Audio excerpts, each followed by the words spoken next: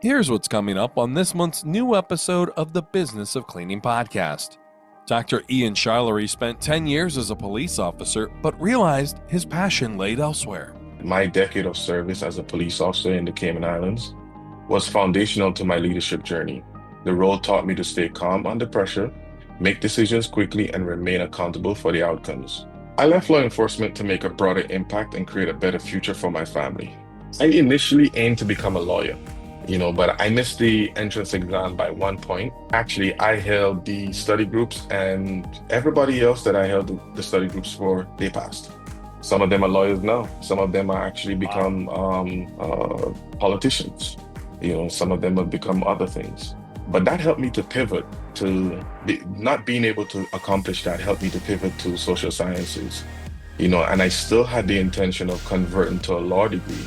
However, as it goes, life unfolds and plans shift. And I saw an opportunity in the cleaning industry.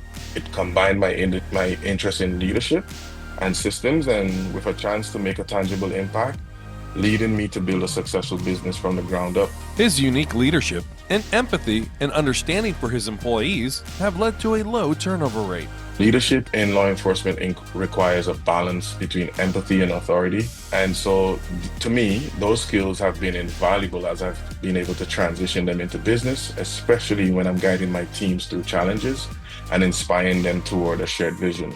I always thought that it was my opportunity to give back love, and maybe in the way that I wanted my mom to receive love from her employers.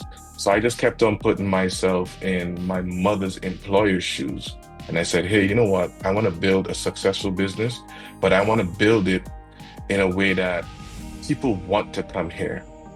People want to be here and they will stay here. And as a result, I've had there are people that are in this business that have been here longer than I have.